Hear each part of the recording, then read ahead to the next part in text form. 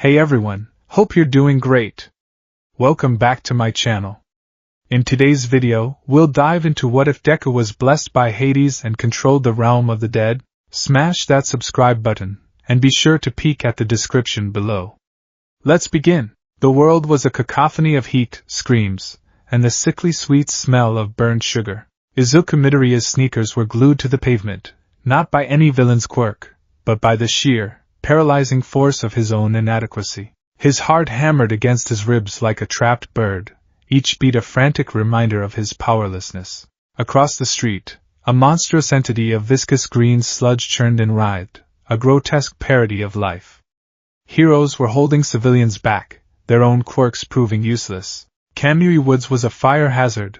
Backdraft couldn't get a clear shot without washing the victim down the sewer, and Mount Lady was too large for the narrow street. They were professionals, powerful and capable, and they were all failing. And inside that churning prison of filth, a pair of furious, terrified red eyes met Izuku's. Kaken. The explosions erupting from the villain's body were weaker now, muffled and desperate. Katsuki Bakugo, the boy who was the sun in Izuku's small, shadowed world, a burning, brilliant, often cruel sun, but the sun nonetheless, was dying. He was suffocating, being used as a macabre meat puppet, and his struggles were only making the fires worse. Izuku's breath hitched. His fingers, white-knuckled, crushed the strap of his yellow backpack. He remembered All Might's words from just minutes before, a pronouncement that had shattered the last vestiges of his childhood dreams. It's not wrong to dream. However, you need to be realistic, quirkless, useless. A Deku. He couldn't do anything. The heroes couldn't do anything. So he should just stand there, another face in the horrified crowd, and watch his oldest friend die. But then Bakugo's eyes, wild with panic, locked with his again. For a split second, the explosive rage was gone, replaced by a raw, primal plea for help. It was a look Izuku had never seen on his friend's face, and it broke something deep inside him. His analysis, his fear, his realism, all of it evaporated in the face of that singular, desperate image. His legs moved. He didn't tell them to. One moment he was frozen, the next he was a blur of green and black, sprinting past the police line, ignoring the hero's shouts of, "Hey kid! Stop! It's not safe!" The world narrowed to the pavement flying beneath his feet and the heaving mass of green ahead. His mind, finally catching up to his body, screamed at him. "What are you doing? You have no plan. You have no quirk. You're going to die." But another, deeper instinct took over. The same instinct that made him try to stand up to Bakugo for another crying child all those years ago. It wasn't the instinct of a hero. It was the instinct of a soul that could not, under any circumstances, stand by and watch someone suffer. "What the hell is that brat doing?" he heard Death Arms yell. He didn't have an answer. His mind raced, pulling from years of frantic, hopeful analysis. Villain's body is fluid. It has eyes. Those are its weak points. He swung his backpack off his shoulders, the motion clumsy and desperate. He hurled it with all his might.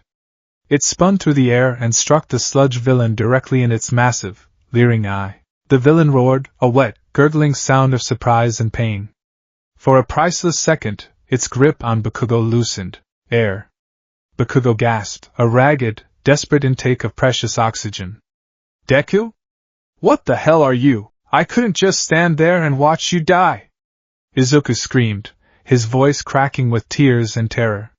He was clawing at the sludge now, his fingers sinking into the thick, foul-smelling ooze. It was like trying to dig someone out of solid tar. It clung to him, pulling him in. He saw the look on Bakugo's face, not gratitude, but a complex storm of fury, confusion, and a flicker of something that might have been fear for him. "Stop it, you idiot! You'll get yourself killed!" Bakugo choked out, before another wave of sludge filled his mouth. The villain recovered its composure, its massive form swelling with rage. "You meddling little brat!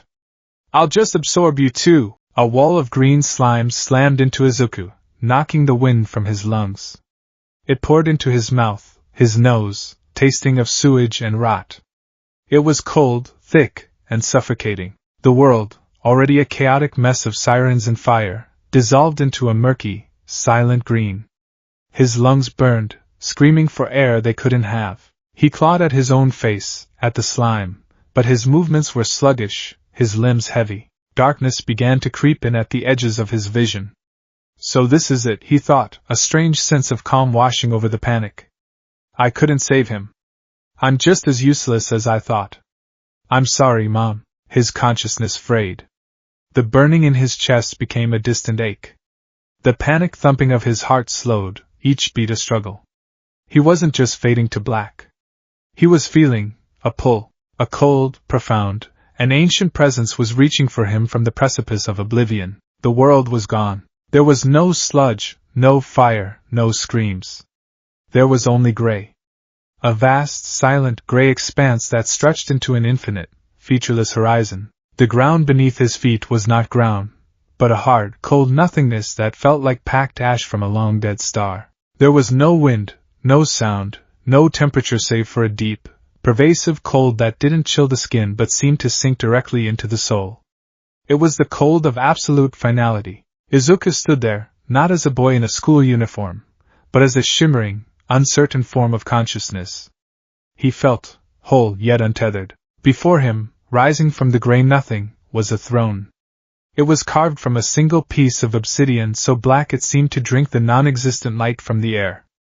Upon the throne sat a figure. He was regal, impossibly tall, his form wreathed in shadows that moved like living smoke. He wore dark, simple robes that seemed woven from twilight itself, and on his head was a cruel-looking circlet of Stygian iron that pulsed with a faint, amethyst light. His face was stern, etched with the weariness of eons, and his eyes were pits of deep space, holding the quiet grief of every soul that had ever passed into his domain.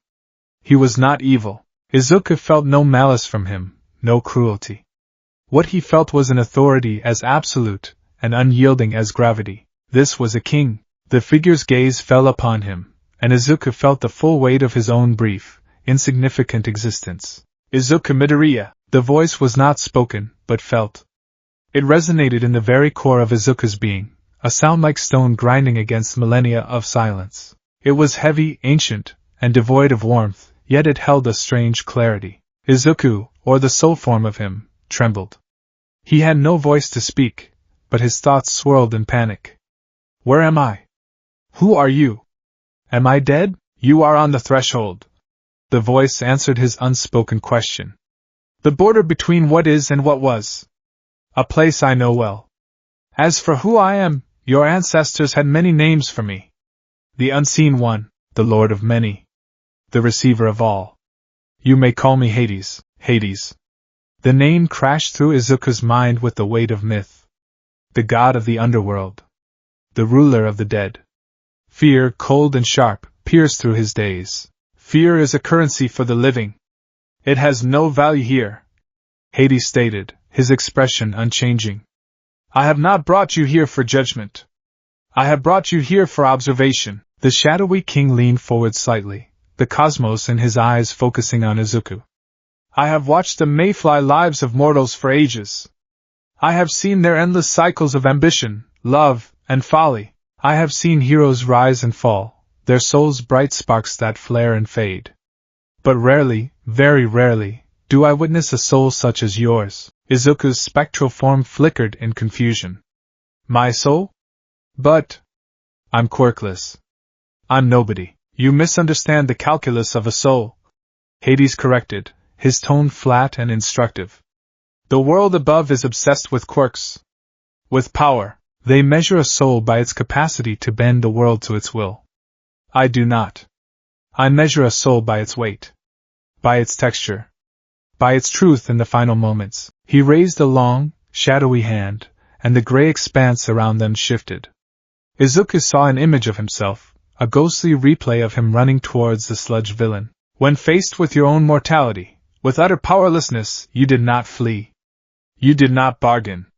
You did not even truly hope to win. You ran forward with the full knowledge that your actions would likely lead to your own dissolution. You were willing to be unmade for the sake of another. This is an exceptionally rare quality. Hades lowered his hand, and the image faded. Many mortals claim they would die for another. Few are ever tested. Fewer still, when truly standing on the precipice, take the step. You did. Such a spirit, such a heroic essence, it should not be wasted. It should not simply be extinguished by a common ruffian of slime and malice. The god's form seemed to grow, to fill the entirety of the gray void, his authority becoming an undeniable physical presence. Therefore I will grant you a gift. Not a quirk, that is the domain of the cosmic chance that governs your world. This is a blessing. An inheritance. I mark you as my champion in the world of the living, an anchor for the echoes of the departed. A warden for the shadows that bind the realms. Hades rose from his throne. The movement was slow, deliberate, and utterly silent. He glided across the ashen floor until he stood before Izuku. He was a mountain of shadow and ancient sorrow. He reached out, his fingers long and cold as the grave. I grant you dominion, he declared, his voice a low rumble that vibrated through Izuku's essence. He touched Izuku's forehead. It was not a burn. It was a flash of absolute cold, a cold that felt like it was freezing time itself. Izuku felt the blessing sink into him, a river of chilling, amethyst energy pouring into his soul. It didn't fight with the warm spark of his life, it wrapped around it, intertwining with his very being. He felt a sudden, dizzying awareness of more. The world he knew was a thin veil, and he could now feel the infinite, silent realm that lay just beyond it. He could feel the faint, lingering whispers of those who had passed, the quiet hum of spiritual residue left behind in the living world. Wield the authority of the underworld, Hades commanded. Let the shadows be your servants, and the echoes of the fallen your counsel. Be a hero, Izuku Midoriya, not just for the living who shout and praise, but for the silent, forgotten dead who can only watch. Now return. Your part is not yet finished. The cold receded, and the gray expanse fractured like shattering glass. The last thing Izuku saw was the endless, weary cosmos in the eyes of the god of the dead. A colossal force slammed into him. Air, sweet and precious, flooded his lungs in a painful, ragged gasp. He was on the ground, on rough asphalt, and a gentle rain was starting to fall, pattering against his face. The world was a blur of colors and a roar of noise. Ought I'd lost you there, my boy! You're all right. Thank goodness! The voice was a booming baritone, full of relief and something else. Pride? Izuku's vision swam into focus. The impossibly huge, smiling face of All Might stared down at him. The sludge villain was gone, splattered across the pavement, and contained in soda bottles by the police. The fires were being extinguished. It was over, but something was profoundly, irrevocably different. The world felt layered. As the reporters swarmed All Might, Izuku pushed himself into a sitting position, his head pounding. He looked at the crowd, at the heroes, at the buildings, and he saw it all. But he saw more, too. Shimmering at the edges of the crowd, translucent and pale blue, was the faint, ethereal outline of a man in an old-fashioned business suit. He was watching the commotion with a detached, ghostly curiosity, his form flickering like a faulty hologram. Near the intersection, the spectral shape of a cat sat on a wall, occasionally fading from view entirely. He could hear things, too. Underneath the chatter of the crowd and the wail of sirens, there were whispers. Faint, nonsensical phrases on the very edge of hearing, like snatches of a dozen different radio stations all playing at once. Left the stove on, should have told her, so bright. Izuku squeezed his eyes shut, his heart beginning to race again, this time for a completely different reason. It was real. The gray expanse, the obsidian throne, Hades, it was all real. He was scolded by the heroes, of course. Reckless, suicidal, idiotic, he heard it all. He just nodded numbly, his mind still reeling from the sensory overload.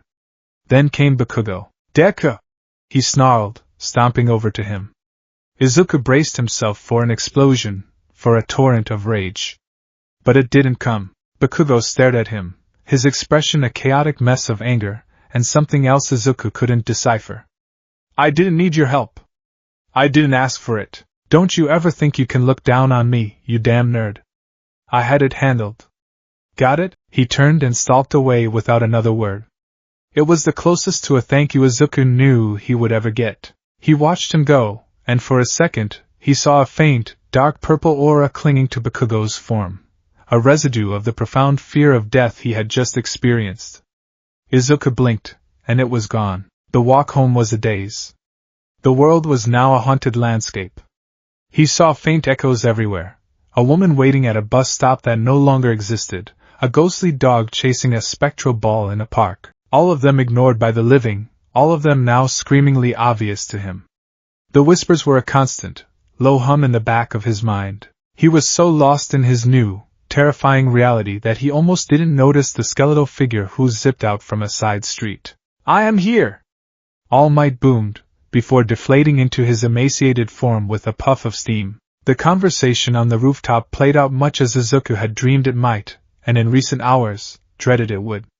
All Might confirmed his injury, the time limit on his power. He praised Izuku's selflessness, admitting that Izuku's reckless charge had spurred him into action. "You, a young man who is quirkless, rushed into danger to save a life when all the top pros, myself included, hesitated," All Might said, his voice heavy with sincerity. "You moved because your spirit is that of a true hero." Then came the moment, the question that had defined Izuku's entire existence. All Might looked at him, his sunken eyes filled with a powerful light. "Young man, you too can become a hero." Tears welled in Izuku's eyes. The validation, the acceptance from his number one idol. It was everything he had ever wanted to hear. But it was also secondary. It was an echo of a much grander, much more terrifying validation he had received in the realm of the dead. He wiped his eyes, his expression a mixture of tearful joy and profound shock. He started, his voice trembling. He looked at All Might, at the setting sun painting the sky in hues of orange and purple. All Might's smile was kind.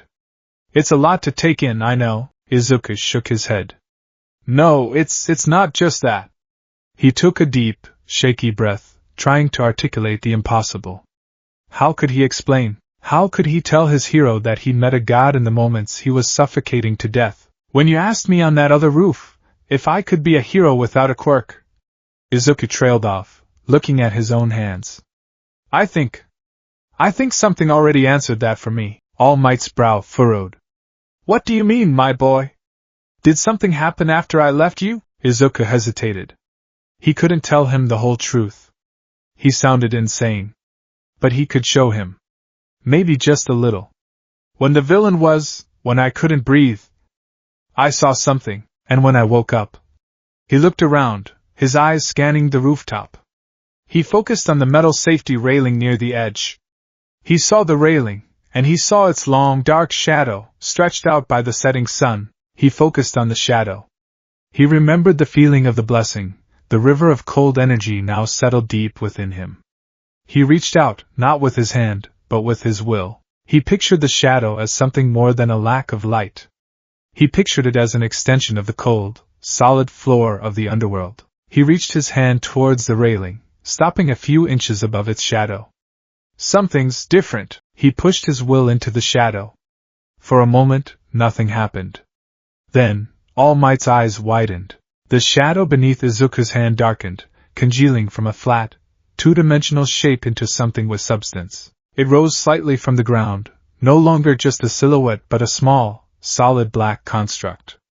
Izuku pressed down, and his fingers met resistance. A soft but distinct thud echoed on the rooftop as his hand made contact with the now solidified shadow. He pulled his hand back, and the shadow instantly reverted to normal, a simple patch of darkness on the concrete. Izuku stared at his trembling hand, his breath catching in his throat. It had worked. Toshinori Yagi stared, his skeletal jaw slack. He had seen hundreds, thousands of quirks. He had fought users of every variety. But he had never seen anything like that. There was no telltale energy flare, no physical change in the boy. It was just a quiet, impossible miracle. The power didn't feel like a quirk. It felt ancient, somber, and deeply, fundamentally unnatural. "My boy," he breathed, his voice full of awe. What was that?" "I don't know," Izuku answered truthfully, his voice barely a whisper. "It's like I can see things that aren't there. And I can touch the dark." He then looked just past All Might's shoulder, his eyes unfocused. "And there's a man standing behind you." He's sort of see-through. He's wearing a hat. Toshinori froze, a chill unrelated to the evening air running down his spine. He didn't dare turn around. He knew this rooftop. A salaryman had jumped from this very spot over a decade ago. It was in the old case files. This boy wasn't just a hero. He was a nexus of something far beyond the scope of quirks and villains. His heroic spirit hadn't just moved a hero to action, it had attracted the attention of something primordial. All Might looked at Izuku, truly looked at him, and saw not just a fan, but a child standing on the edge of two immense, terrifying worlds. And in that moment, his decision became an ironclad certainty. This was the one. Young Midoriya, he said, his voice imbued with a new gravity. Fate is a strange and wondrous thing. It seems you were chosen today. Twice, he straightened up, a fire igniting in his eyes. My quirk is not my own. It is a sacred torch, passed down from one generation to the next, growing in power with each transfer. It is called One for All. He told him everything. The history of the quirk, its purpose to fight a great evil, its nature as a stockpile of immense power. I believe your destiny is intertwined with this power, All Might declared, placing a hand on Izuku's shoulder. Your heroic spirit has already unlocked one miracle. With my quirk, you will have the strength to support it. You will become the pillar the world needs. I want to pass my power on to you. Izuku's world tilted on its axis for the third time that day. An offer from his idol. A power beyond imagination. And a blessing from a god he didn't know existed. It was too much. The whispers of the dead hummed in his ears, the cool energy of the underworld swirled in his gut, and the promise of One for All shone before him like a supernova. Tears streamed freely down his face now, but they were not tears of sadness or fear. They were tears of overwhelming, terrifying purpose. He looked up at the skeletal hero, at the man who saw his worth, and he nodded, the single motion feeling like the heaviest thing he had ever lifted. Yes, he choked out. Yes, I accept. He stood on that rooftop, a boy of 15 with two immense, world-altering secrets now nestled in his soul. One was a blazing sun, the accumulated hope of generations of heroes, a power of the living. The other was a cold, silent moon, the ancient authority of the dead, a power of finality. He was Izuku Midoriya. And his story was no longer just about becoming a hero. It was about learning to be the bridge between life and death. The sun rose over Dagoba Municipal Beach Park, casting long, distorted shadows across a landscape that resembled the aftermath of a garbage truck apocalypse. Mountains of rusted appliances, tangled nests of fishing nets, and soggy, forgotten furniture formed a jagged coastline of refuse. The air, thick with the stench of brine and decay, was a physical presence, a foul miasma that clung to the back of the throat. This was to be Izuku Midoriya's training ground for the next 10 months. This was his road to UA. Magnificent, isn't it, my boy? All Might boomed, his voice echoing over the sad crash of polluted waves. He stood in his muscle form, a golden beacon of optimism in a world of trash. He gestured expansively with one hand. Illegal dumping over the years has turned this once beautiful coastline into a national embarrassment. You will restore it. This will be your gym, your crucible. This is the American Dream Plan. He slapped a rusted, barnacle-encrusted refrigerator with a resounding clang. You will move all of this by yourself. Izuku, clutching the ridiculously detailed training schedule All Might had printed for him, felt a bead of sweat trace a path down his temple. The sheer scale of the task was Herculean. It was impossible. It was perfect. Yes, sir, All Might, he squeaked, his voice filled with a determination that momentarily overshadowed his exhaustion. He had barely slept, his mind a buzzing hive of new sensations, but as he took in the scene, his resolve wavered. It wasn't just the trash. It was everything else. To All Might, the beach was just a mess. To Izuku, it was a graveyard. His new sight, the blessing from Hades, was not a switch he could turn off. It was a constant, overwhelming filter laid over reality. He saw the physical world, but he also saw the spiritual residue clinging to it like morning frost. The beach was saturated with it. He saw shimmering, translucent figures wandering aimlessly among the heaps of junk. A man in a tattered fisherman's sweater, his form wavering like a heat haze, stood staring out at the ocean, his spectral lips moving in a silent, endless lament. The ghostly figures of two teenagers, a boy and a girl in outdated swimsuits, sat on a phantom beach towel atop a pile of broken televisions, forever caught in a moment of youthful joy that had ended in tragedy decades ago. He could feel the cold spots they left in the air as they drifted through the living world, unseen and unheard by anyone but him. And the whispers? They were worse than the sights. A constant, maddening chorus of fragmented thoughts and emotions. The tide came in so fast. Where is my locket? I dropped it right here. Cold, always so cold. Should have listened to the warnings. They weren't speaking to him. They were just broadcasting.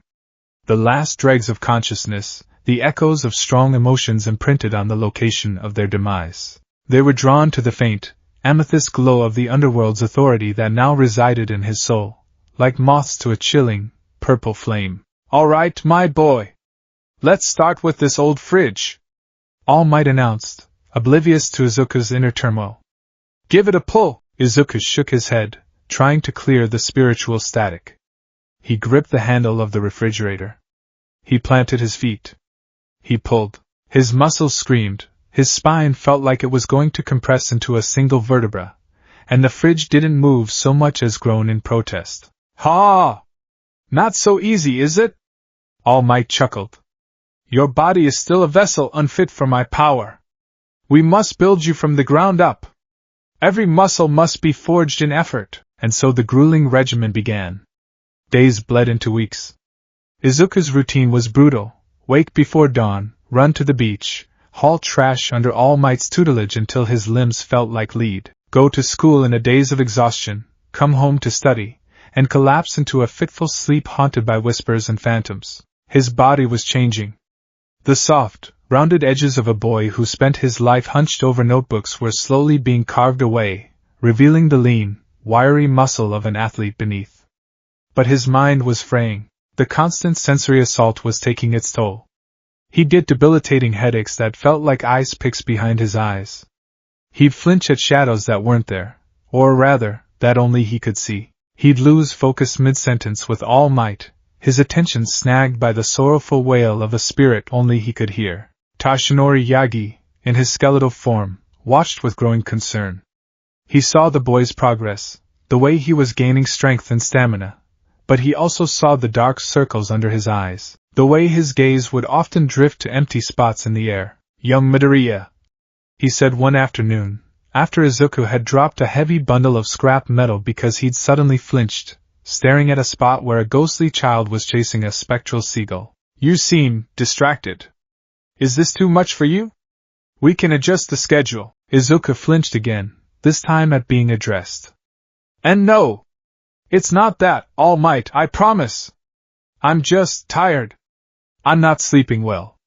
It wasn't a lie, but it was a universe away from the truth. How could he explain that he couldn't sleep because the ghost of a drowning victim from the 1980s kept replaying its final moments at the foot of his bed? He was alone in this.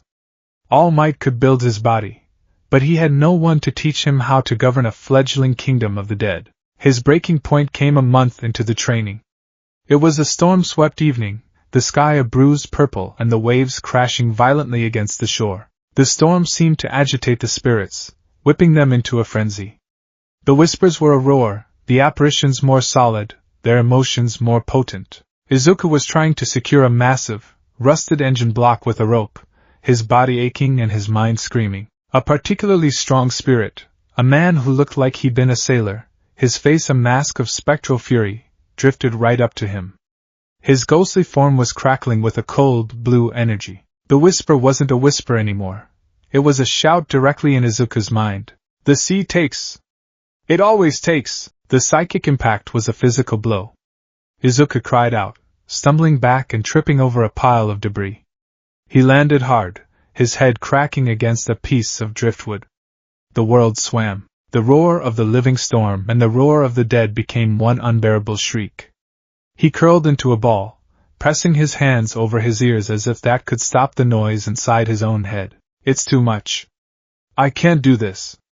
I can't. Get a grip, kid. The voice was different. It wasn't a fragmented echo or an emotional broadcast. It was clear, calm, and solid, cutting through the chaotic din like a lighthouse beam through fog. It was laced with a weary authority that reminded him, just for a moment, of Hades. Izuku looked up, his vision blurry with rain and tears.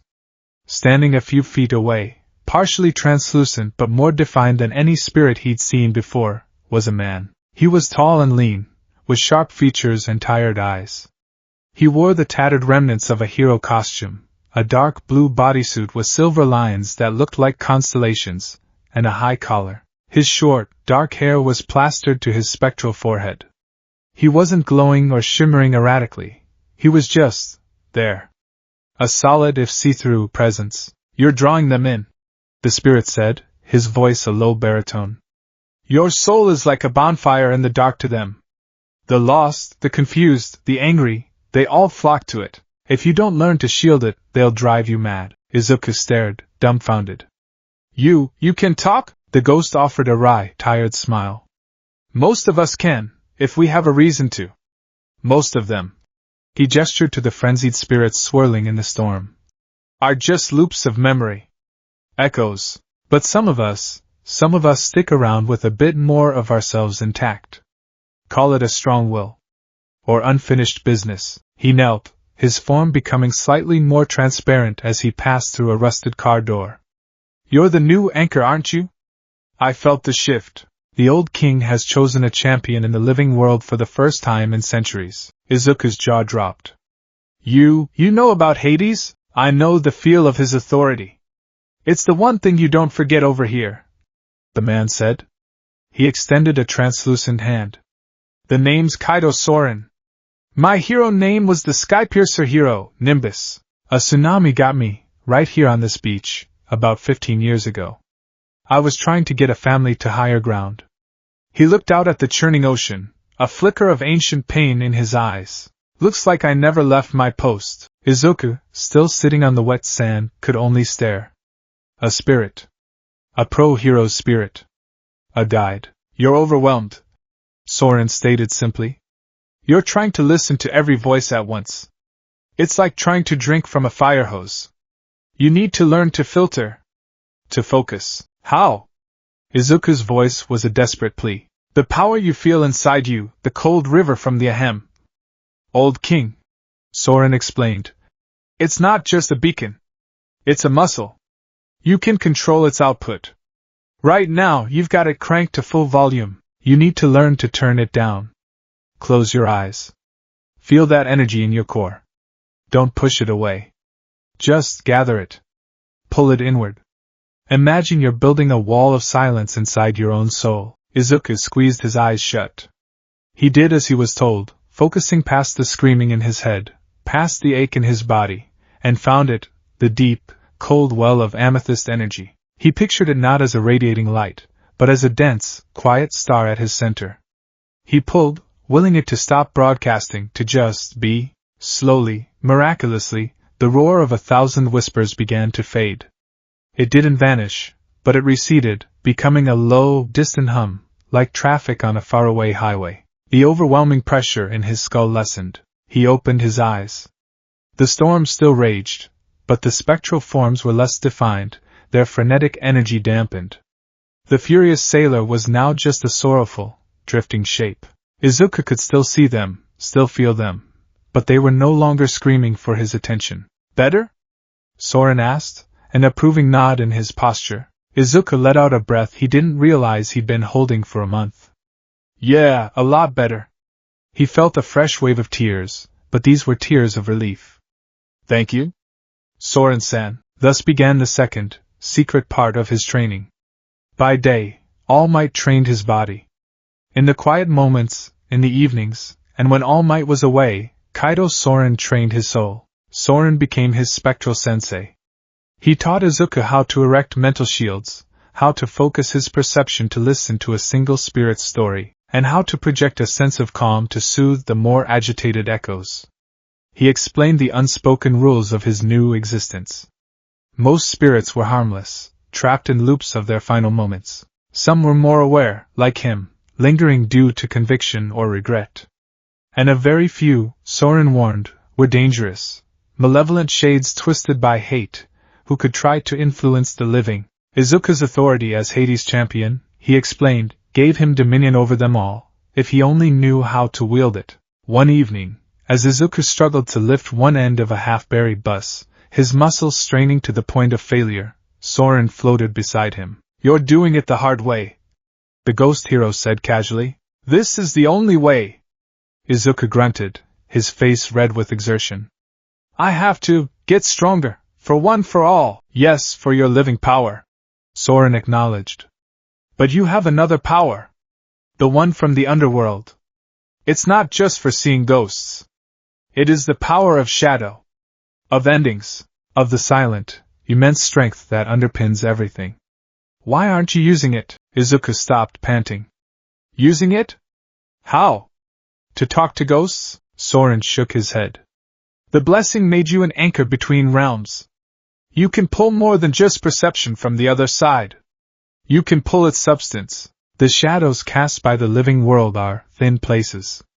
They are echoes of the true darkness in the underworld. You have the authority to give them form. To command them." It was the same feeling he'd had on the rooftop, when he'd made the shadow of the railing solid. He'd been too scared to try it again since. "Try it," Soren urged. "Don't think of lifting the bus with your muscles. Think of the bus's shadow. Command it to help you." Izuku took a deep breath, letting the distant hum of the spirits wash over him. He looked at the long, dark shadow cast by the bus in the evening light. He reached out with his will, just as he had on the rooftop. He focused the cold energy in his core, not as a shield, but as a tool. He pushed it into the shadow. At first, nothing. Then, he felt a strange feedback, a sense of immense, cold weight. The shadow beneath the bus deepened, its edges sharpening from a fuzzy gray to a hard, stark black. Slowly, like ink bleeding upwards, thick tendrils of solid darkness began to rise from the shadow. They were featureless, matte black, and utterly silent. They snaked around the rusted chassis of the bus. "Now lift," Soren instructed. Izuku gripped the edge of the bus again. He pulled, and this time, he felt a powerful, silent assistance. The shadow tendrils strained with him, providing spectral leverage. The groaning of protesting metal was joined by an unnatural silence as the bus, impossibly, began to rise from the sand. A wide, giddy grin spread across Izuku's face. He could do it. He could actually do it. From that day on, his training integrated. He used his growing physical strength to do most of the work, building his body for all as All Might intended. But for the impossible tasks, for the moments he was about to fail, he would supplement his strength with his Hades power. Shadowy hands would help him sort jagged scrap metal without cutting himself. Tendrils of darkness would provide a stable grip on slippery, moss-covered objects. He learned to create small platforms of solid shadow under his feet to get to hard-to-reach places. To All Might, it just looked like his shadow quirk was developing alongside his impressive physical growth. He was amazed at the boy's fine control, never guessing it was being coached by a 15-year-old ghost. The 10 months passed in a blur of sweat, rust, and whispers. The mountains of trash shrank, revealing a wide, beautiful expanse of sandy beach. Izuku's body transformed. He was no longer a scrawny, trembling kid. He was lean, toned, and scarred, his muscles a testament to his labor. His control over his spiritual senses was now second nature. The whispers were a background noise he could tune out at will, and the spirits were familiar, silent companions on his daily vigil. He had even learned to draw on their lingering emotions, using the echoes of determination and resolve from spirits like Soren to fuel his own when he felt like giving up. On the final day, the sun rose on a perfectly clean beach. The sand, washed by the tide, was pristine. The last piece of trash, the very first refrigerator he had failed to move, was all that remained. Izuku stood atop it, the morning light casting a long, heroic silhouette. He let out a triumphant roar that echoed across the water. All Might, in his skeletal form, watched from a distance, a tear trickling down his cheek. He had never been prouder. He took out his phone and snapped a picture of the boy, his successor, his victory. Oh my! Goodness! All Might shouted, buffing up into his hero form as he ran towards Izuku. You did it! You did it ahead of schedule! You magnificent man! He enveloped Izuku in a hug that felt like being embraced by two granite slabs. Izuku, beaming, felt a profound sense of accomplishment. He had done the impossible. He was ready. All Might held him at arm's length, his smile vast and bright. Now for your reward, Izuku Midoriya. He plucked a single strand of his golden hair. The old adage is true. Some things are better felt than said. So, he held out the hair. Eat this. Izuku's triumphant expression morphed into one of utter disbelief. Huh! After a frantic, flustered explanation, Izuku understood. He had to consume his predecessor's DNA to inherit the power. It was weird, but after communing with ghosts and solidifying shadows, a piece of hair was practically normal. With a trembling hand, he took the golden strand. He looked at All Might's hopeful, beaming face. He thought of the 10 months of work, the pain, the exhaustion. He thought of Soren's patient guidance. He thought of the throne of obsidian and the weary god who had given him a second chance. He closed his eyes and swallowed the hair. For a second, there was nothing.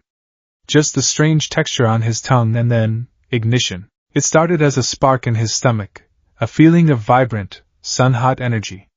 This was one for all. It felt like life itself, a condensed inferno of hope, strength, and righteous fury. The energy surged through his veins, a wildfire of pure power. It was glorious. It was terrifying, but it was not alone. The moment the fire of One for All touched the cold, deep river of Hades' blessing, his soul became a battlefield. Ice and fire crashed together. Life and death. Creation and finality. The clash was not a simple explosion. It was a paradox made manifest inside his own being. A wave of excruciating pain, hot and cold at once, ripped through him. He screamed, dropping to his knees. Green, bioelectric lightning, the signature of One for All, crackled violently across his skin. But it was immediately met by swirling vortexes of deep, amethyst shadow that erupted from his pores, trying to snuff it out. My boy! What's wrong? All Might yelled, his smile vanishing, replaced by panic. Izuku couldn't answer. His vision went white, then black, then a chaotic swirl of green and purple. The whispers of the dead, usually a distant hum, returned with the force of a tidal wave, a million voices screaming in his mind. He was being torn apart from the inside. His consciousness was ripped from his body. He wasn't on the beach anymore. He was in a void, a swirling nebula of light and shadow. In the center was a blazing sun of pure energy, One for All. But encroaching on it from all sides was a silent, endless expanse of cold, starlit darkness, the underworld.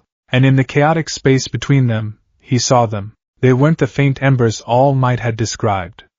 They were fully realized, powerful spirits, 9 of them in total, their forms sculpted from the brilliant light of the quirk.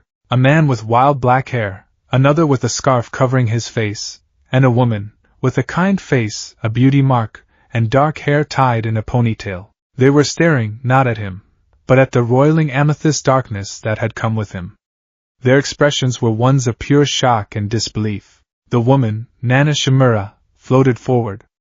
As a spirit, a vestige trapped within the quirk, she was more attuned to the energies at play. She could feel the power Izuku wielded. It was the same cold, final, absolute energy that had claimed her in her battle against All for One. It was the energy of the end. Her spectral eyes widened, locking onto Izuku's terrified consciousness. What is this? Her voice echoed in the void, a thought more than a sound. This power, it's not a quirk, it's the grave itself. Kid, what are you? The other vestiges murmured in confusion and alarm, their light flaring as the shadows of the underworld pressed closer, drawn to their new host. The strain of containing 2 diametrically opposed, cosmic-level powers at once was too much for a mortal mind to bear. The light, the dark, the pain, the whispers, it all converged into a single point of unbearable pressure. Izuku's consciousness shattered. Back on the beach, the violent light show erupting from Izuku's body ceased as abruptly as it began. The green lightning vanished. The purple shadows receded into his skin. He went limp, his eyes rolling back into his head, and collapsed face first into the clean, soft sand, a thin trickle of blood leaking from his nose. Young Midoriya! Izuku! Toshinori screamed, rushing to his side, his mind racing with terror. This had never happened before. The transfer was supposed to be simple. He turned the boy over, checking his pulse, his breathing. Both were faint, ready. What had he done?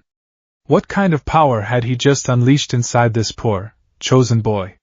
He could only stare at Izuku's unconscious form as the morning sun cast a long, lonely shadow across the sand. Izuku awoke to the smell of antiseptic and the gentle, rhythmic beeping of a heart monitor. The world swam into focus slowly, a blurry canvas of white walls and pale blue curtains. He was in a hospital room. The catastrophic clash of energies within him had subsided, leaving behind a profound, bone-deep exhaustion and a strange new equilibrium. The fire of One for All and the cold river of the underworld were no longer at war. They were coiling around each other, a double helix of vibrant life and silent finality, both now an indelible part of his soul. A haggard-looking Toshinori Yagi sat in a chair by his bed, slumped in his skeletal form. He looked as if he hadn't slept in a week, his sunken eyes wide with worry. The moment he saw Izuku's eyes flutter open, he shot to his feet. "My boy! You're awake!" His voice was a ragged whisper of immense relief. "How are you feeling? The doctors said you just collapsed from exhaustion, but that wasn't just exhaustion, was it?" Izuku pushed himself up, his muscles aching as if he'd been run over by a freight train. It was the powers," he croaked, his throat dry. "When One for All came in, it was like a fire and a freezer exploded inside me at the same time." He looked at his hands, seeing the faint, residual crackle of green lightning dance under his skin for a moment before being swallowed by a flicker of purple shadow. "They fought." Toshinori's face, already pale, lost another shade of color. "They fought? My boy, what does that mean? Is the other power rejecting One for All?" "No," Izuku said, a strange certainty in his voice. He could feel it now. The initial conflict had been a struggle for dominance, but they had settled. "They're not fighting anymore. They're separate, but connected. I can feel both of them. It's like I have two hearts now. One is a sun, and the other is a black hole." He remembered the vision. The swirling void. The spirits of the vestiges, their faces etched with shock.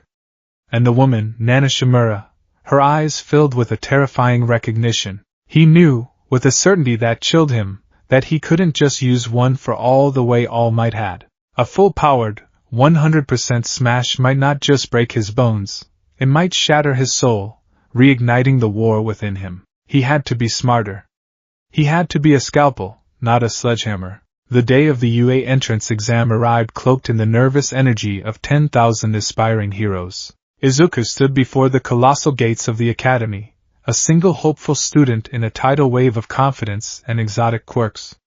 But where others saw rivals, Izuku saw a dazzling, overwhelming festival of life. His soul sight, now a familiar part of his perception, was on full display.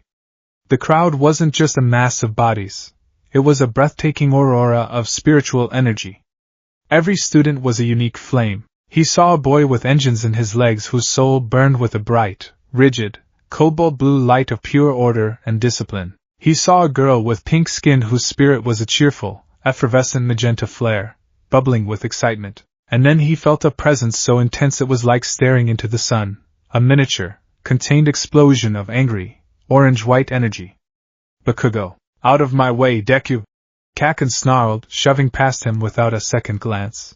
The brief contact felt like brushing against a live wire, and Izuku could feel the thrum of his friend's ambition, a desperate need to be the best that was so powerful it was almost a physical force. As he walked through the gates, he felt another presence, this one fainter, older.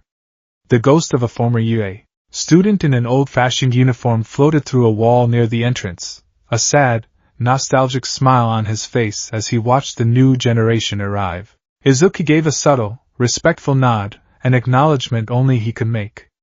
The ghost looked at him in surprise before offering a small, grateful wave and fading away. The written exam was a blur of focus, but it was in the auditorium, during President Mick's bombastic presentation, that his new senses gave him his first real advantage. The hero explained the targets, 1-point, 2-point, and 3-point robots.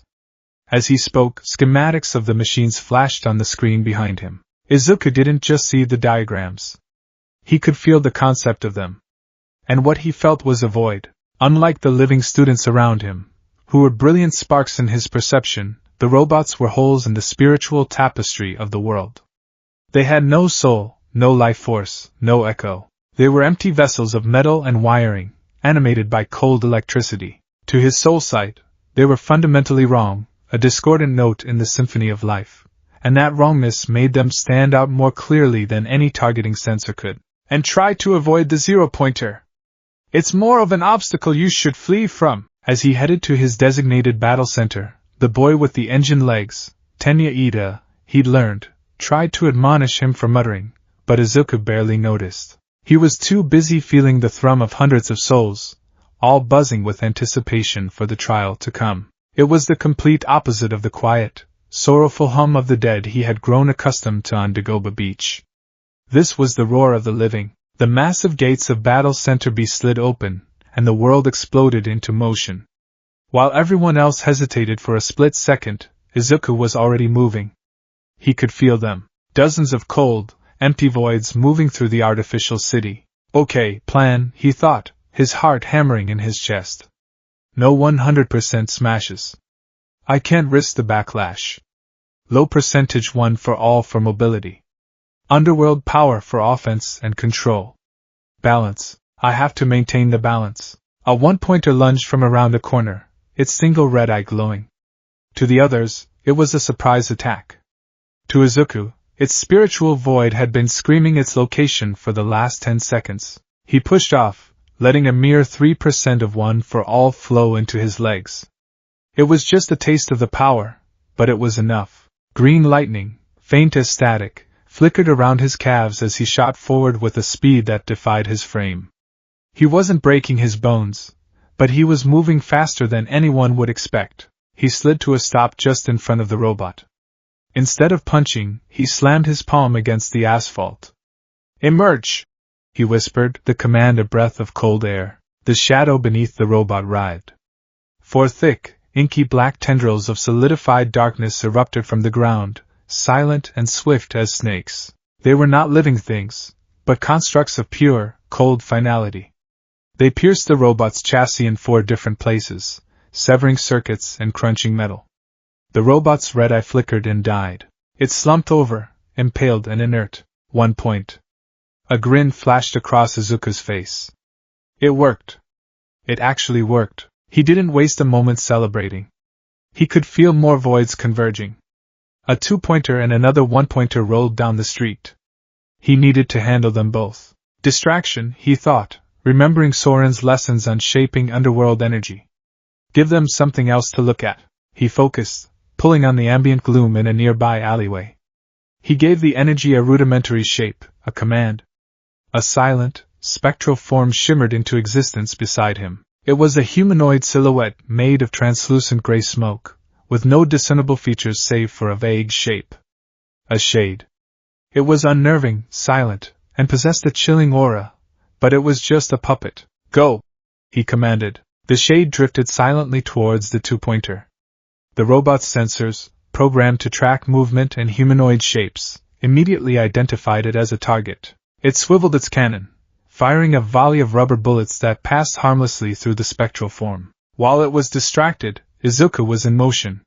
He used another 3% burst to leap onto a nearby wall, running along its surface for a few steps before launching himself into the air. Mid-flight, he thrust his hand forward, and a spear of solid, obsidian-like shadow formed in his grip. He hurled it downwards, a javelin of pure darkness that struck the 1-pointer directly in its optical sensor, disabling it instantly. He landed in a crouch as his shade dissolved back into nothingness, the 2-pointer still trying to target the empty space. Izuku dispatched it with 2 more shadow tendrils from the ground. 3 robots down. 4 points. No broken bones. He moved through the city like a phantom. A low percentage burst of 1 for all would get him into position, a flash of green lightning that other examinees would glimpse from the corner of their eyes. Then, the shadows would do the work. He tripped up a 3-pointer with a wave of solid darkness that swept out like a rug being pulled. He crushed another by causing the shadow of an overhanging sign to solidify and drop onto it like an anvil. The other students watched in a mixture of awe and confusion. "Whoa, did you see that guy with the green hair?" one girl yelled to her friend. "His quirk is insane. He's like a shadow bender. It's creepy as hell," her friend replied, blasting a robot with a laser from his fingertips. "But he's racking up points like crazy." Bakugo, on the other side of the city, was causing wanton destruction, his explosions echoing like thunder. But occasionally, through the smoke, he'd see a flicker of familiar green lightning, the same lightning that had appeared on Deku after the sludge incident. And sometimes he saw strange, impossible shapes of pure blackness dismantling robots with silent efficiency. The two things didn't belong together. It was a puzzle that infuriated him, a discrepancy in the world he couldn't blast into an answer. What was Deku's quirk? Izuku had lost count of his points. He was operating in a zone, his two powers working in a deadly, efficient harmony. His soul sight gave him 360-degree awareness of the empty husks of the robots, while One for All gave him the speed to act on that information. He was a ghost in the machine. Then, the ground began to tremble. A deep, groaning roar echoed through the concrete canyons, a sound of immense, grinding metal. The vibrations intensified, shaking buildings and rattling windows. A shadow fell over the street, vast and absolute. Izuku looked up, and his breath caught in his chest. The zero-pointer. It was a monstrosity, a green and gray behemoth that towered over the tallest buildings in the battle center. Its head scraped the artificial sky. It was less a robot and more a mobile skyscraper of destruction.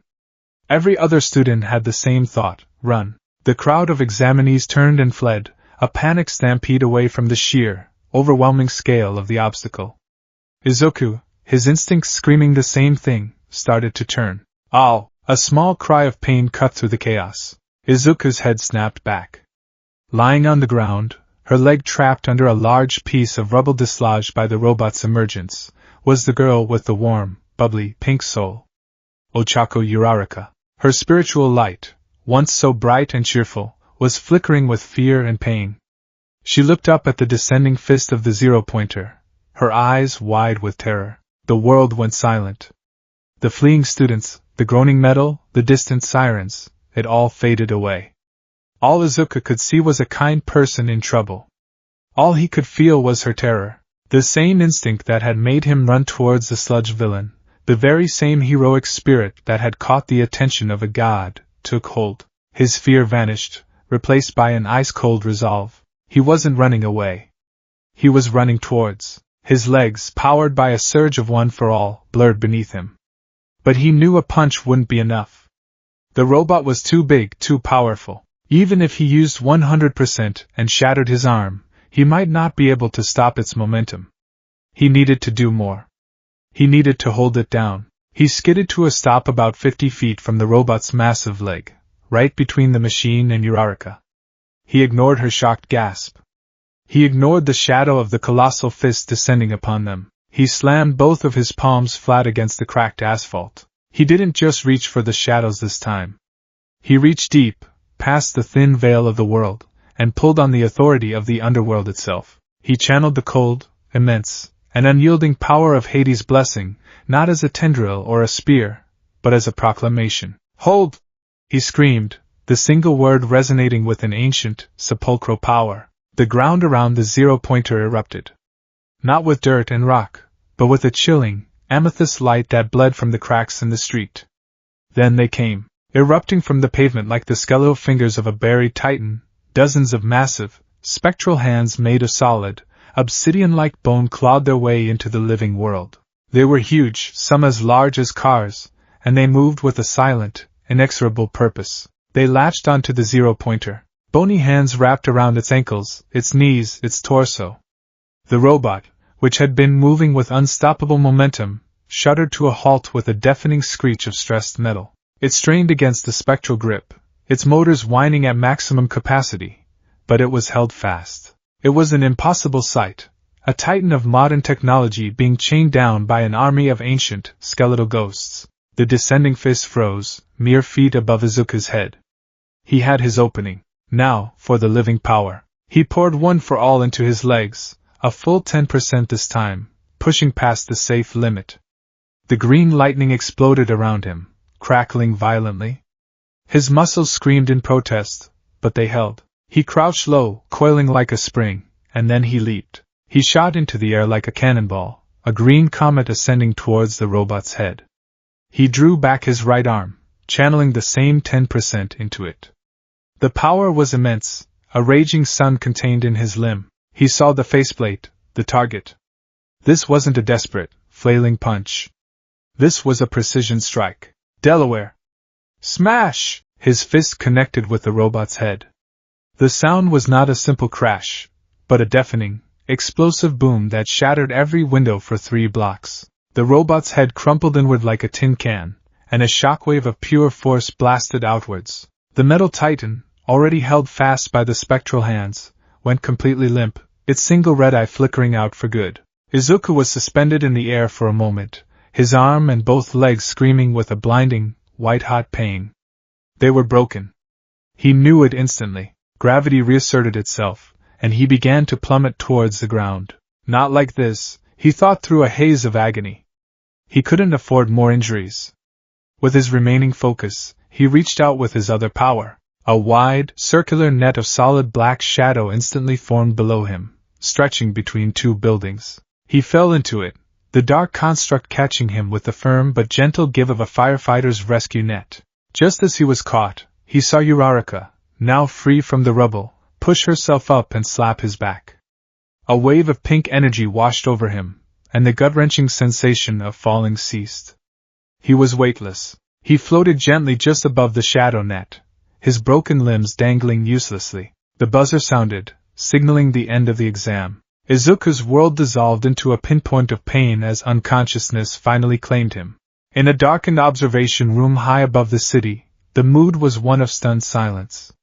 A dozen pro-heroes and UA faculty members stared at the main screen, which showed a replay of Izuku's final, impossible act. President Mike was the first to break the silence, his voice uncharacteristically subdued. What in the world was that? He took down the 0-pointer. Midnight breathed, her eyes wide. With 1 hit. A kid. With 1 hit. It wasn't 1 hit. A tired voice cut in. All eyes turned to Shota Aizawa, Eraserhead, who was leaning forward, his gaze locked on the screen, his analytical mind dissecting every frame. It was a 3-stage event. First, the binding. He rewound the footage, pointing a finger at the screen. Look at this. Those constructs. They erupt from the ground and hold the target. No visible energy source, no physical origin point. The energy reading from that event was bizarre. Cold. Almost null. A flat line. Like a void. He fast-forwarded to the leap. Then this. The punch. Look at the energy signature now. The screen showed a graph spiking wildly. A massive bioelectric explosion. Raw, untamed power. The kind that shatters a user's body. The complete opposite of the first reading. He played the final part, the fall. And finally this. The shadow catch. Precise. Controlled. Defensive. The energy reading for that matched the first event. Cold. Null. Aizawa leaned back, his eyes narrowed in thought. They're not from the same source. That's not one quirk with multiple applications. That's 2 distinct, powerful forces being wielded by one boy, or something else entirely. Recovery Girl, watching from her chair, chimed in. His injuries confirm it. I'm seeing multiple fractures in his arm and both legs, consistent with the backlash from a catastrophic power quirk. But the other ability, the shadow and bone constructs, they seem to have no physical backlash at all. It's like his body isn't even involved in generating them. The principal of UA, the small, brilliant creature known as Nizu, was watching with a gleam in his beady eyes. He steepled his paws, a small smile playing on his muzzle. A boy who wields 2 powers, he mused, his voice filled with an intellectual delight that bordered on predatory. 1, a blazing sun of creation and destruction that ravages his own body. The other, a cold, silent moon of control and finality that costs him nothing. A power of life, and a power of its opposite. How utterly, brilliantly fascinating. Niza looked at the image of the unconscious Izuku, floating gently above the wreckage, a savior who had broken himself to save another. Admit him, Niza declared, his smile widening. Put him in Aizawa's class. I want to see what happens when we try to polish a gem that is also a key to a door we never knew existed. Aizawa just grunted, his gaze still fixed on the screen. He had a problem child on his hands. A powerful, reckless, heroic, and completely inexplicable problem child. And Shota Aizawa hated nothing more than an unsolved puzzle. The first day at UA High felt less like the start of a dream and more like a fever Izuku couldn't shake. His limbs, expertly healed by Recovery Girl's quirk, still carried the phantom ache of being shattered and reformed. The experience had been draining, the rapid cellular regeneration leaving him feeling like a battery that had been run completely dry and then only partially recharged. He walked through the hallowed halls of his dream school in a state of buzzing, anxious exhaustion. Finding Class 1A was an ordeal in itself, the door a monument to oversized architecture. Inside, the classroom was a chaotic symphony of nervous introductions and pre-existing rivalries. He saw the stern, blue-flamed soul of Tenya Ida and the explosive, incandescent fury of Katsuki Bakugo locked in a tense standoff over the etiquette of putting one's feet on a desk. He saw the warm, pink, bubbly aura of Ochako Uraraka and felt a flush of gratitude and embarrassment. He managed a stammering, awkward conversation with both Ida and Uraraka, the latter thanking him profusely for saving her during the exam. That punch was incredible! And how you stopped that huge robot! It was like whoosh, and then bam! And then you caught yourself with that shadowy thing. What is your quirk anyway? It's amazing! Izuku just rubbed the back of his neck, a nervous sweat beading on his forehead. Well, it's complicated. Before he could attempt a proper explanation, a new presence made itself known. A man who looked like a homeless caterpillar shuffled into the room, slurping a juice pouch. If you're here to make friends, you can pack up your bags and go home. The voice was a low, tired drone that sucked all the energy out of the room. Shota Aizawa, their homeroom teacher. His soul, from Izuku's perspective, was a strange and fascinating thing. It was a deep, muted indigo, like a twilight sky, but it was constantly flickering with sparks of intense, crimson light, the telltale sign of his quirk being activated and deactivated with every blink. It was a soul of immense weariness, but also of razor-sharp, ever-present observation. Aizawa instructed them to change into their gym uniforms and meet him on the field. There would be no orientation, no opening ceremony. Their introduction to the premier hero academy in Japan would be a quirk apprehension test. You've been taking standardized tests your whole lives, Aizawa drawled, his eyes sweeping over the assembled students. But you've never been allowed to use your quirks. It's not rational. Today, you will push your abilities to their limits. He tossed a softball to Bakugo. Bakugo, you finished first in the entrance exam. What was your best softball throw in middle school? 67 meters. Bakugo grunted. Try it with your quirk. Bakugo strode to the circle, a feral grin spreading across his face. He wound up, and with a thunderous explosion that shook the field, launched the ball into the stratosphere. Die! The ball was a speck in the sky.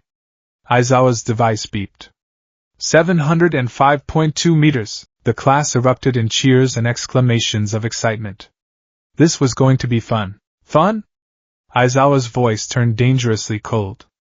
The air temperature seemed to drop several degrees. You think you're here to have fun for the next 3 years? You're here to become heroes, to face villains who won't hesitate to kill you. You have 3 years to overcome every hardship. If you can't handle that, you can leave. His hair began to float, his eyes glowing a menacing red. The happy-go-lucky atmosphere evaporated, replaced by a thick, palpable dread. And to prove I'm serious, he said, a cruel smile gracing his lips, the student who ranks last in total points will be judged as having no potential and will be expelled immediately. Panic. Pure, unadulterated panic swept through the class. Izuku's blood ran cold. Expelled? On the first day? After everything he'd been through? He couldn't fail. He wouldn't. He had to prove he belonged here. But how? He couldn't use a 100% smash for every event. He'd break himself into a useless pulp. He had to be clever. He had to use both of his powers, subtly, efficiently, and without revealing the full, terrifying scope of what he was. The first test, a 50-meter dash. Izuku was pitted against Ida and a girl with frog-like abilities. He knew he couldn't compete with Ida's engines in a straight sprint. He needed an edge. He got into the starting blocks, his heart hammering. He focused, feeling the two pools of power within him. He drew just a sliver from one for all, letting about 5% flow into his legs. The familiar, faint green lightning danced around his calves. It wasn't enough to break him, but it would give him a powerful launch. Then, he focused on his shadow, stretching out behind him in the morning sun. The starting pistol fired. Izuku exploded from the blocks. The 5% surge gave him a burst of speed that surprised even him. But he added another element. As he pushed off, he commanded his shadow behind him to solidify for a microsecond, forming a small, solid ramp that gave him an extra, invisible push. It was a subtle boost, an unseen hand on his back. He crossed the line in 5.58 seconds. It wasn't a record-breaking time, but it was respectable. It was the performance of someone with a decent enhancement quirk, not a reality-bending demigod. Perfect. Next came the grip test. The machine measured raw physical strength. He sat down, took the device in his hand, and squeezed. He felt his muscles strain, the numbers climbing steadily. Then, he subtly channeled his underworld power. He didn't create a visible construct. Instead, he wove the cold, spectral energy into his own muscle and bone, reinforcing them from within. It was like wrapping his hand in an invisible, intangible cast of pure force. The machine's digital display shot up, stopping at 110 kilograms. It was a strong score, on par with some of the more physically imposing students, but not so high as to be impossible. He handed the machine back, his hand not even trembling. He was learning. He was adapting. He continued this pattern through the other tests. For the standing long jump, he combined a 5% leg burst with a subtle shadow push to clear the sandbox entirely. For the repeated side steps, he used the barest minimum of 1 for all for agility, his movements crisp and controlled. He was keeping his head down, putting up good but not spectacular numbers, trying to fly under the radar. Aizawa watched him, his expression unreadable. He saw the faint green sparks. He saw the subtle, almost unnoticeable deepening of the boy's shadows. He saw a student who was being deliberately, infuriatingly careful. Midoriya wasn't showing off. He wasn't pushing himself to his limit. He was calculating. He was holding back. Aizawa hated it. He wanted to see potential, and this boy was hiding his. Finally, it was the last test. The ball throw. This was it. This was the one event where a single, massive burst of power was the most logical approach. Everyone was watching. Uraraka had already gotten an infinity score, her zero-gravity quirk perfectly suited for the task. Now it was Izuku's turn. He walked into the circle, the soft ball feeling heavy in his hand. He could feel Aizawa's gaze on him, a palpable weight of expectation and scrutiny. He could feel Bakugo's glare, radiating pure, confused rage. "Show me, Deku," that glare seemed to say. "Show me what you really are." Izuku knew what he had to do. He had to use 1 for all. He had to show them the power he had inherited. He took a deep breath, focusing on his arm, on his fingertip. He remembered All Might's advice: don't let the power consume you, let it flow to a single point. He began his wind-up, pouring the power of 1 for all into his right index finger. The energy surged, a raging inferno of inherited strength. The skin on his arm lit up with glowing red lines, and the familiar green lightning crackled violently. He could feel the pressure building, his finger already protesting the immense strain. This was the power he had to show. This was the quirk he was supposed to have. He was about to release the ball when it happened. He felt a sudden, psychic tug. A cold wave washed over him, and the raging fire of 1 for all in his arm was instantly, completely extinguished. The red lines on his skin faded. The green lightning vanished. The immense power he had been about to unleash simply ceased to exist. He was left with nothing but the normal, mortal strength of a teenage boy. He stumbled forward, his throw ruined, the ball plopping uselessly a few dozen meters away. What? He stammered, looking at his arm in shock. The power was just gone. I erased your quirk. Izuku's head snapped up. Aizawa stood 50 feet away, his pose unchanged, but his hair was floating wildly around his head, his eyes were glowing a terrifying crimson, and the bandages around his neck were writhing like agitated snakes. The crimson sparks in his soul sight had merged into two solid, burning embers of pure nullification. That entrance exam was not rational, Aizawa said, his voice a low growl. A person like you, who would shatter their own body for a single act of power, has no future as a hero. Izuku's heart plummeted. He had seen it. Aizawa had seen his recklessness in the exam and was about to fail him for it. You've been holding back all day, Midoriya, Aizawa continued, his glowing gaze pinning Izuku in place. Using just enough of that power to get by. But I know what you were about to do just now. You were going to break yourself again, weren't you? Hoping for one big score to carry you through. Aizawa's eyes narrowed. I've returned your quirk. You have one more chance with the ball throw, but if you think you can become a hero by being a one-trick pony who needs to be rescued after every fight, you are sorely mistaken. Show me you can control it, or you're going home. The floating hair settled. The red glow in Aizawa's eyes faded. The immense pressure of his quirk lifted, and Izuku felt the sunfire of one for all rush back into him, waiting to be called upon. He stood in the circle, trembling. Aizawa was right. He had been about to break himself. He had been about to prove he was exactly what Aizawa thought he was, a reckless fool. He had to prove him wrong. But how? A controlled, low-percentage throw wouldn't be enough to impress him. A high-percentage throw would break his finger, proving Aizawa's point. He was trapped. But Aizawa had made a critical, logical error. An error born from a world where everyone had only one supernatural gift. I erased your quirk. Singular. Aizawa had seen the green lightning, the immense power output, and logically concluded that was Izuku's quirk. He had erased one for all. But he hadn't touched the other thing. The cold river, the blessing from a god. A slow, determined smile touched Izuku's lips. It wasn't a happy smile. It was the grim, resolute smile of someone who just found a loophole in the laws of physics. He walked back to the center of the circle and picked up the ball again.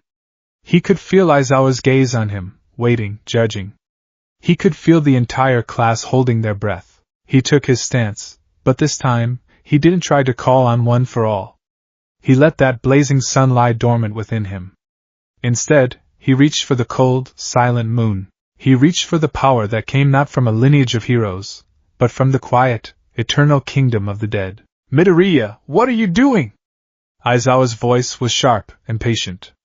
If you're just going to throw it normally, Izuku began his wind-up.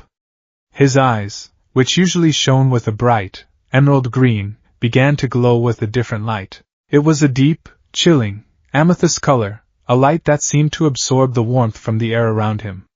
The change was subtle, but in the bright sunlight, it was deeply unnerving. Aizawa saw it.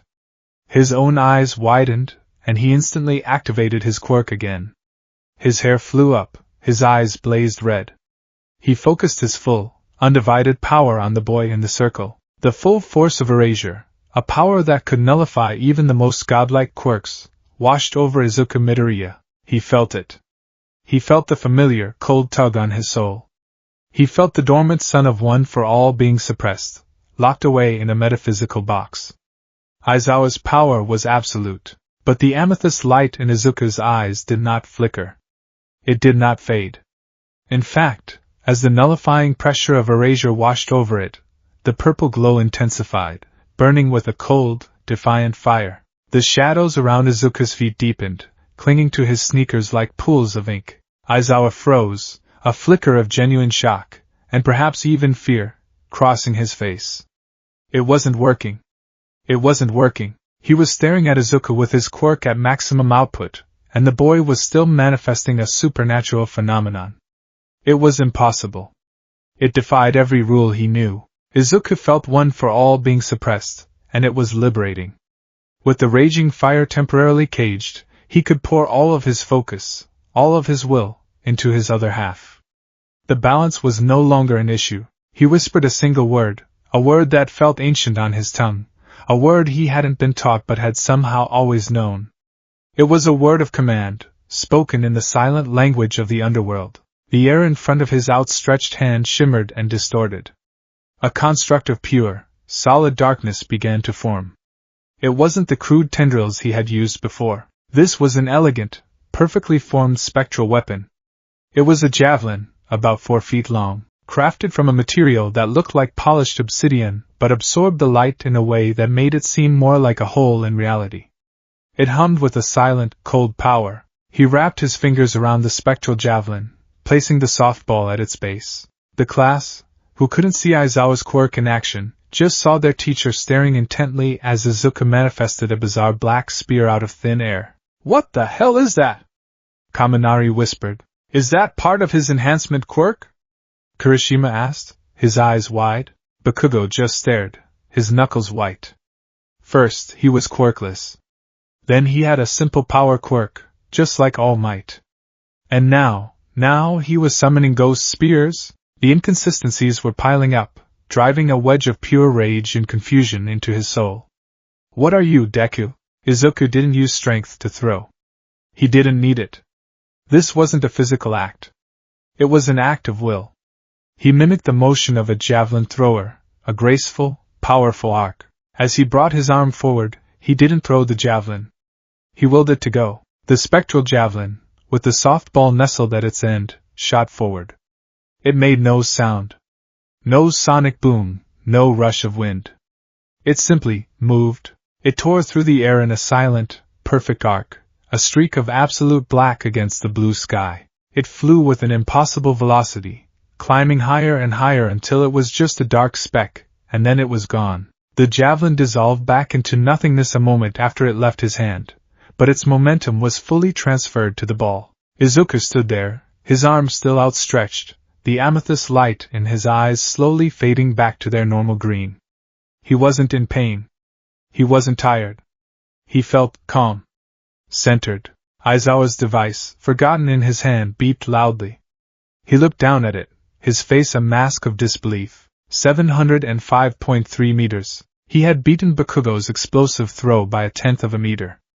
With a power that, by all rational accounts, should not exist. A power that his own quirk, his ultimate trump card against any foe, was completely and utterly useless against. The class was silent for a moment, processing the impossible result, before erupting into a cacophony of questions and exclamations. Aizawa's hair fell. His eyes returned to normal. He strode across the field, his face grim, and stopped directly in front of Izuku. He was a good foot taller than the boy, but for the first time, he felt like he was the one being looked down upon, scrutinized by something ancient and unknowable. "Explain," Aizawa demanded, his voice low and dangerous. "Now," Izuku swallowed, his bravado fading in the face of his teacher's terrifying intensity. I told you it was complicated," he stammered. "Try me," Aizawa growled. "I erased your quirk. The power enhancement. The green lightning. It was gone. But that thing was still there. That wasn't a quirk, was it?" Izuku looked at the ground, then back up at his teacher, his gaze firm. He couldn't tell him the truth. Not the whole truth. But he couldn't lie either. "One of them isn't," he said, his voice quiet but clear. "One of them is a quirk. The other is something else." Aizawa stared at him for a long, silent moment, the gears in his hyper-rational mind grinding against an impossible variable. A boy with 2 powers. And one was erasure-proof. It was a strategic nightmare. It was a threat. It was a miracle. He finally turned away, his expression unreadable. "The test is over. The results are on the screen. Go change." He started to walk away, leaving a stunned and confused class in his wake. As he walked, a slow, tired grin, the first genuine smile any of them had seen from him, crept onto his face. The expulsion threat? It had been a logical deception, a lie to push them to their limits, and Izuku Midoriya had just pushed the limits of everything Shota Aizawa thought he knew about the world. This year, he thought, was going to be anything but boring. This boy wasn't just a problem child. He was an anomaly. And he was Aizawa's anomaly to figure out. The field trip to the Unforeseen Simulation Joint, or USJ, was supposed to be a highlight of their first year. The bus ride was filled with the boisterous, chaotic energy of 20 teenagers buzzing with the excitement of their first off-campus heroics lesson. Izuku found himself seated between Ida and Niraraka, caught in a friendly debate about hero ethics and costume design, a comfortable normalcy that felt blessedly distant from the world of ancient gods and spectral powers. For a brief, wonderful hour, he was just a hero in training, surrounded by friends. His soul sight, now a familiar and manageable hum in the background of his perception, showed him the vibrant, clashing colors of his classmates' spirits. Kirishima's soul was a fiery, passionate crimson, unwavering and solid. Tsuyu Ajiri's was a calm, steady, deep green, like a placid pond. Even Bakugo's, a constant, raging bonfire of orange and white, had a certain familiar intensity that was almost comforting. This was the world of the living, in all its brilliant, noisy glory. He was learning to cherish it. "Hey, Midoriya!" Tsuyu's voice cut through his reverie, her blunt observation skills as sharp as ever. "Your quirk is a lot like All Might's, isn't it?" The entire front half of the bus went quiet. Izuku's blood ran cold. He stammered, his face flushing crimson. What? No! I mean, not really! It's, just a simple strength enhancement type, that's all. Kirishima leaned over the seat. But you get all beat up when you use it, just like him. It's a real manly way to fight. Izuku was saved from further interrogation by Aizawa's tired drone from the front of the bus. "We're here. Stop messing around." The USJ was a breathtaking spectacle. A colossal dome housed a stunning variety of meticulously crafted environments, a shipwreck in a storm-tossed lake, a burning cityscape, a landslide zone, a mountain pass.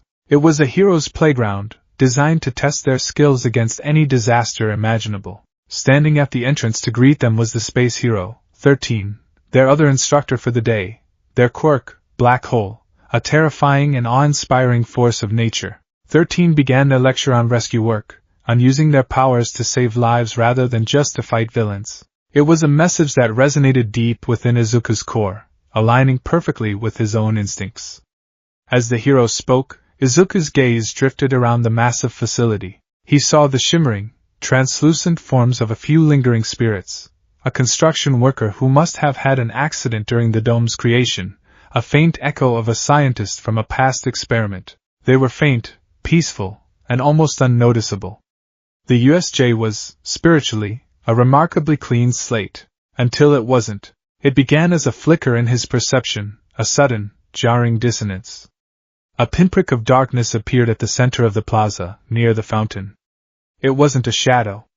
Shadows were natural. This was a void. It was a tear in the fabric of the world, a patch of wrongness that felt cold and oily to his soul sight. Before Izuku could even process what he was feeling, the void tore open. A swirling vortex of dark purple mist billowed out, and from its depths people began to emerge. Dozens of them. Ragged, dangerous-looking people with twisted smiles and malevolent auras. Villains. "Stay together and don't move!" Aizawa's voice was sharp, cutting through the students' confused gasps. He pulled his yellow goggles over his eyes. 13. Protect the students. Kaminari, try the communications. The mist solidified into a more humanoid shape, a well-dressed being of pure shadow with glowing yellow eyes. "The symbol of peace is not here," the misty villain, Kurojairi, announced, his voice a smooth, chilling baritone. "It seems there has been a change in schedule. No matter. Our goal remains the same." From the center of the villainous horde, a figure shambled forward. He was tall and lanky, dressed in black, with severed hands gripping his arms, his neck, and most unnervingly, his face. His spiritual presence was a chaotic, screeching static of pure malice and petulant rage.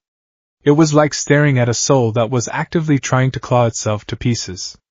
"Shigaraki Tamura, we are the League of Villains," Shigaraki rasped, scratching furiously at his neck.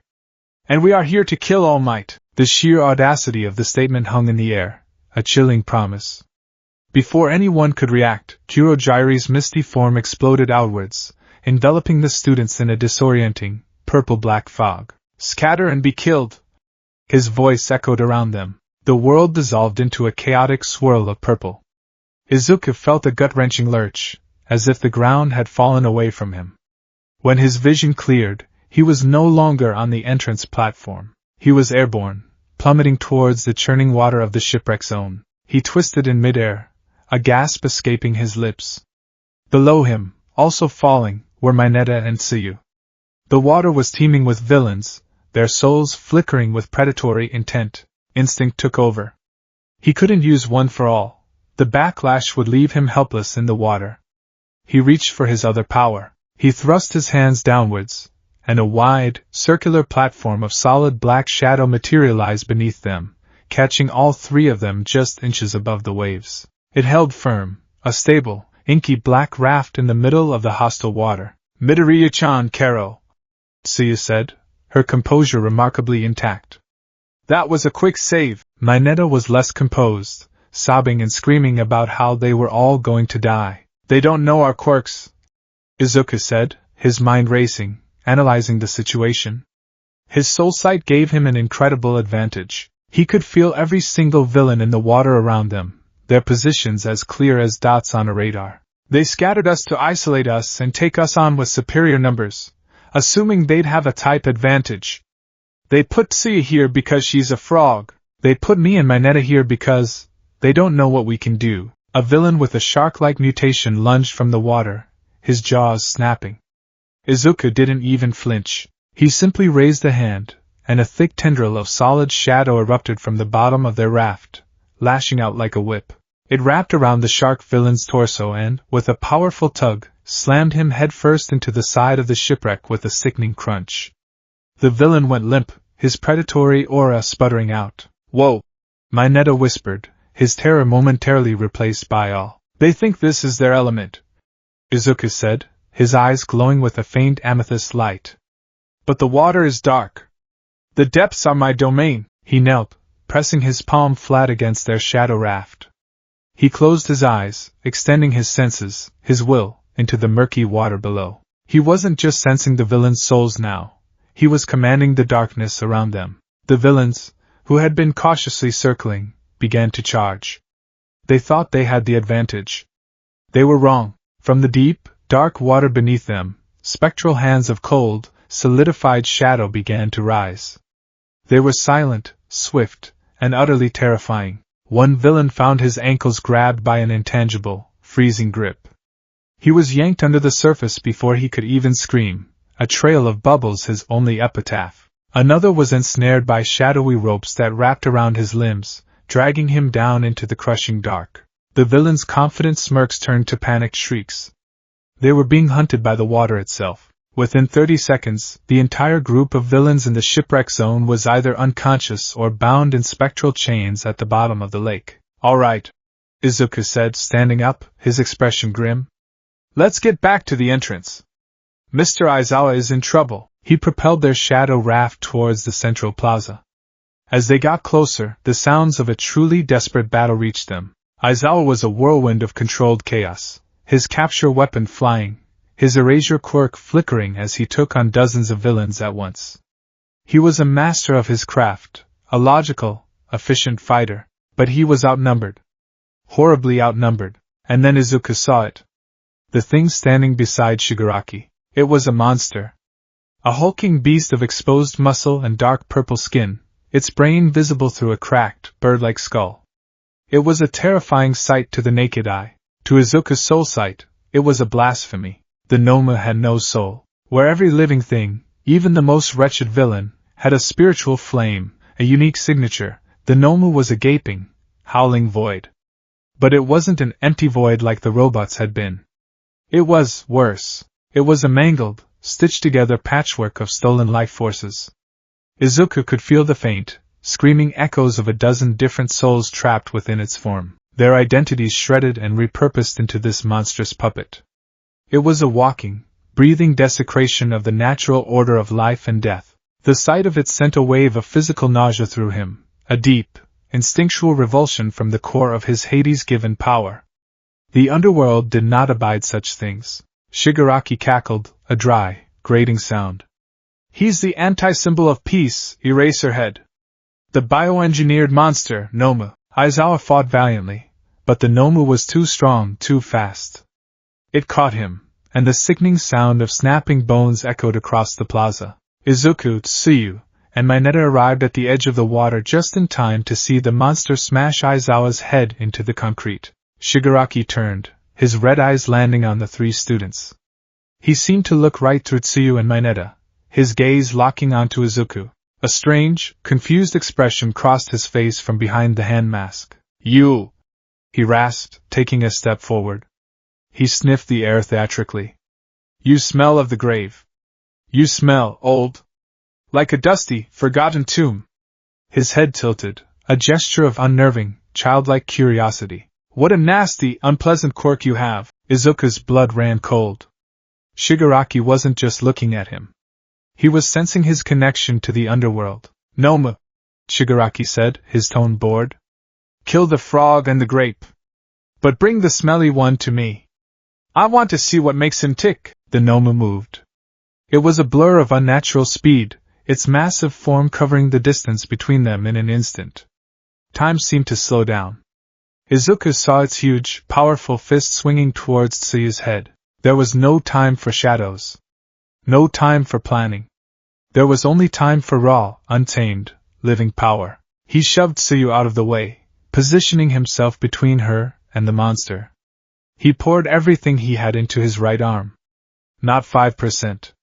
Not 10%. He didn't have time to meter it. He called on the blazing sun of One for All, letting it flood his limb in a catastrophic, uncontrolled torrent. Smash! His fist, wreathed in a corona of brilliant green-white lightning, connected with the Nomu's descending punch. The impact was apocalyptic. A shockwave of pure force erupted from the point of contact, a deafening explosion of displaced air that kicked up a massive cloud of dust and blasted the water in the lake backwards, creating a momentary dry patch. The sheer power was immense, a testament to the generations of strength packed into the quirk. But the Nomu didn't even flinch.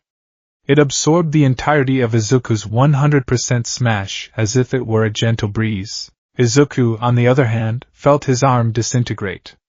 The bones in his forearm and biceps shattered into 100 pieces, the flesh and muscle shredded by the catastrophic recoil. The pain was a white-hot nova that consumed his entire consciousness.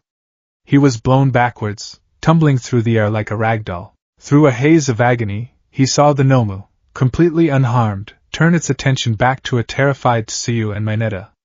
Shigaraki was laughing, a shrill, delighted sound. No! I can't let them die. Even with his arm ruined and his body screaming, his will remained. He couldn't fight the Nomu physically. His living power was useless against its shock absorption, and his underworld power, which targeted souls and spiritual energy, would have little effect on the soulless abomination. But he wasn't powerless. He could still protect. He pushed himself to his knees, his vision swimming. He ignored his broken arm, focusing all his remaining energy on his connection to the underworld. He didn't try to summon constructs to fight. He reached out, not with malice, but with a plea. A call for aid. The USJ was a new building, but the land it was built on was not. People had lived and died here for centuries. And heroes had fallen in this city for generations. Their echoes, their heroic wills still lingered, faint but present. He reached for them. Hear me! His voice, raw with pain, boomed with an otherworldly authority. It wasn't his voice alone.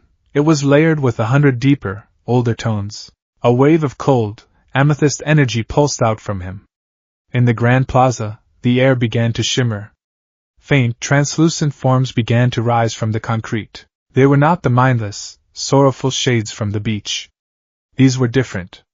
They stood tall, their forms radiating a faint, heroic, golden light mixed with the ethereal blue of the spirit world. Some wore the capes and cowls of a bygone age of heroes, others the tactical gear of more recent generations.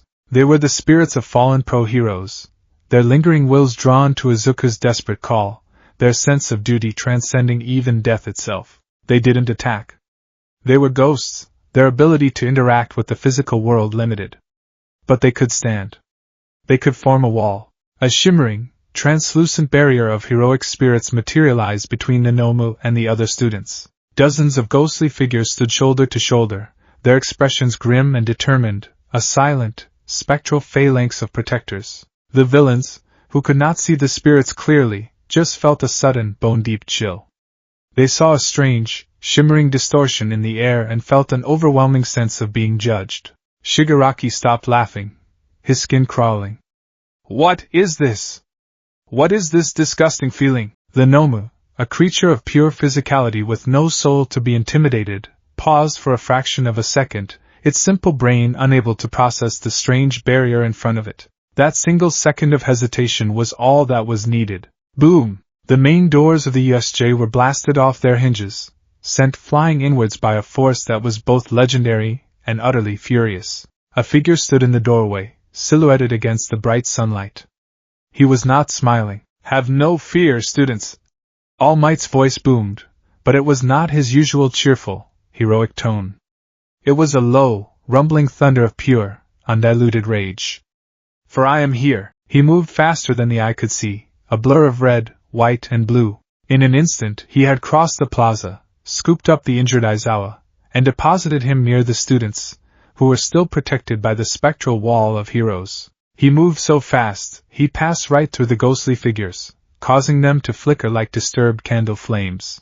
All Might's gaze fell upon his protégé, kneeling on the ground, his arm a mangled ruin, but still projecting a field of ghostly protectors. His heart, already burning with fury, constricted with a fresh wave of horror and pride. Young Midoriya, you've done enough, he said, his voice soft for a moment.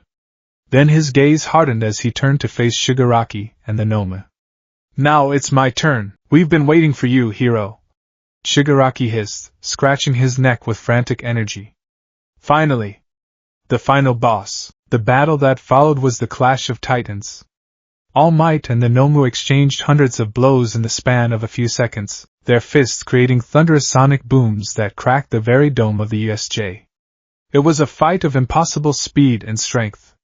But All Might quickly realized the problem. The Nomu's shock absorption was negating the damage of his punches. Izuku watched, his vision fading in and out. The wall of heroic spirits was wavering, his concentration failing. He had to help. He couldn't let All Might fight alone. All Might! He yelled, his voice hoarse. Its quirk is shock absorption. But it has a limit. Overwhelm it. And its body. It's not natural. Use something that can break it apart. All Might heard him. He understood. He couldn't just punch harder. He had to punch beyond the limit. He had to deliver more force than the Nomu's quirk could possibly handle. He planted his feet, a whirlwind of power gathering around him. You're right, my boy. Thanks for the analysis. He looked at the Nomu. You may have been designed to fight me at 100%, but I am a hero who is always ready to go further beyond. Izuku, seeing All Might prepare for his final assault, knew he had one more thing to do.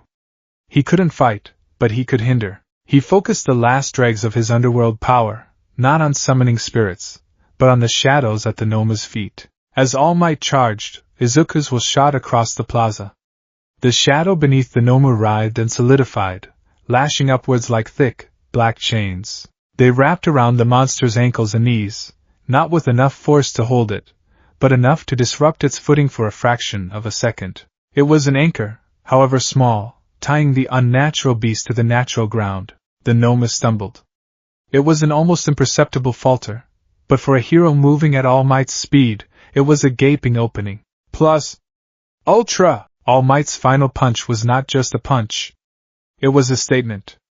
It connected with the Nomu's chest, and the shockwave didn't just stop at its skin, it blasted through the creature's shock absorption, a force so overwhelming it had no choice but to be propelled by it. The Nomu was launched like a cannonball, smashing through the roof of the USJ and soaring into the sky until it was just a twinkle, gone from sight.